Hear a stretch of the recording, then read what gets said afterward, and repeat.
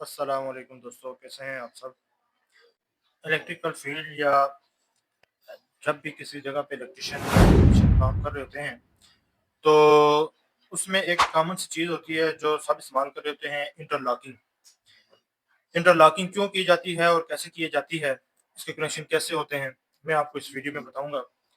तो इंटरलॉकिंग एक ऐसा कनेक्शन होता है जो दो कॉन्ट्रैक्टर के दरमियान, तीन कॉन्ट्रैक्टर के दरमियान या जितने भी कॉन्ट्रैक्टर होंगे, एक टाइम में वो एक कॉन्ट्रैक्टर ऑन करने के लिए जो सर्किट या जो कनेक्शन किए जाते हैं वो इंटरलॉकिंग कहलाते हैं।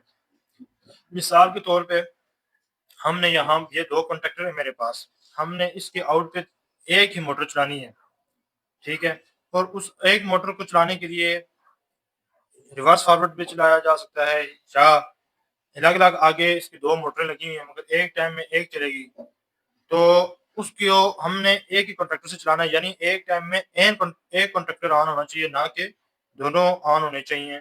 उसके लिए जो सर्किट बनाया जाता है वो इंटरलॉकिंग कहलाता है। तो इंटरलॉकिंग कैसे की जाती है ये मैं आपको इस वीडियो में बताऊंगा। यहाँ पे मैं होल्डिंग जो है वो इंटरलॉकिंग आपको करके नहीं दिखाऊंगा, बल्कि आपको मैनुअली सेलेक्टर स्विच के साथ इंटरलॉकिंग करके दिखाऊंगा। वीडियो एंड तक देखें, आपको इंशाल्लाह इस वीडियो से सीखने को मिलेगा। वीडियो पसंद आए तो इसको लाइक शेयर भी लाजमी कर दें और मेरे चैनल को जरूर सब्सक्राइब करें। तो मैं आपको प्रैक्टिकल करके चेक करवाता हूँ। तो दोस्तों, इंटरलॉकिंग के कनेक्शन कैसे होते हैं ये मैं इस वीडियो में आपको बता रहा हूँ।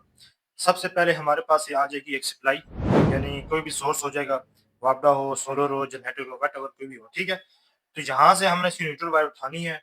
न्यूट्रल जो है वो ये कॉमन हो जाएगी, ये न्यूट्रल वायर है, ठीक है। ये न्यूट्रल वायर है, ये दोनों में ये देखें ये कॉमन हो गई है। ये वाली वायर और ये वाली वायर न्यूट्रल कॉमन होगी, ठीक है। और फेज जो होगा वो इस सेलेक्टर स्विच के थ्रू जाएगा। सेलेक्टर स्विच ये हमारा इन हो गया, यहाँ से हमने एक जंपर लेना है, ठीक है। इसके आउट से हमें दो सप्लाइयां लेनी है, यानी इसके दो कनेक्शन लेने हैं हमने इसकी आउट से। एक हमने इस कॉन्ट्रैक्टर के लिए लेनी है और एक हमने इस कॉन्ट्रैक्टर के लिए लेनी है।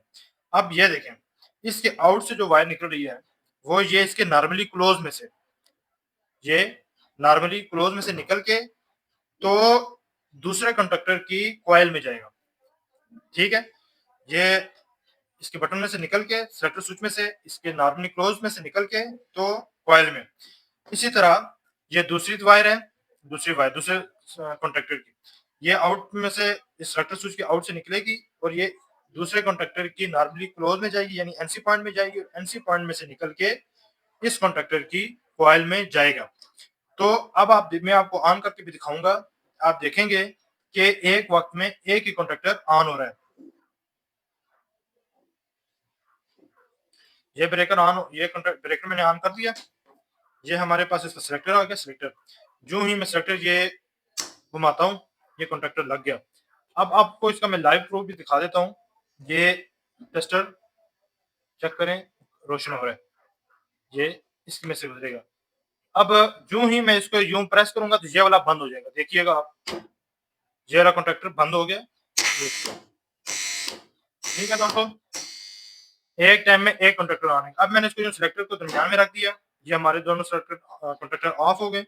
जो ही मैं इसको घुमाऊंगा दूसरी तरफ तो ये कॉन्ट्रैक्टर लग गया।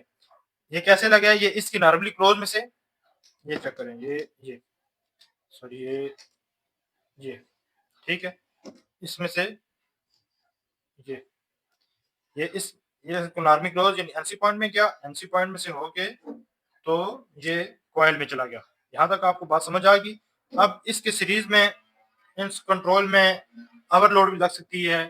अच्छा, इसके लिए सोर्स जो है वो जनरेटर के लिए भी इस्तेमाल हो सकते हैं, ये चेंज ओवर के लिए भी यही चीज फार्मूला इस्तेमाल होगा। मैं आपको इसके बाद जो वीडियो बना के दिखाऊंगा वो चेंज ओवर है कि मैनुअली चेंज ओवर हमने कैसे बनाना है, खुद से कैसे बनाना है, कॉन्ट्रैक्टर के साथ के साथ हमने कैसे बनाना है।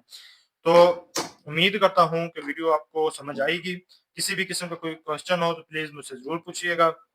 वीडियो पसंद आए तो इसको लाइक भी कर दें। फिर मिलूंगा एक नई वीडियो के साथ, तब तक दीजिए इजाजत। अल्लाह हाफिज।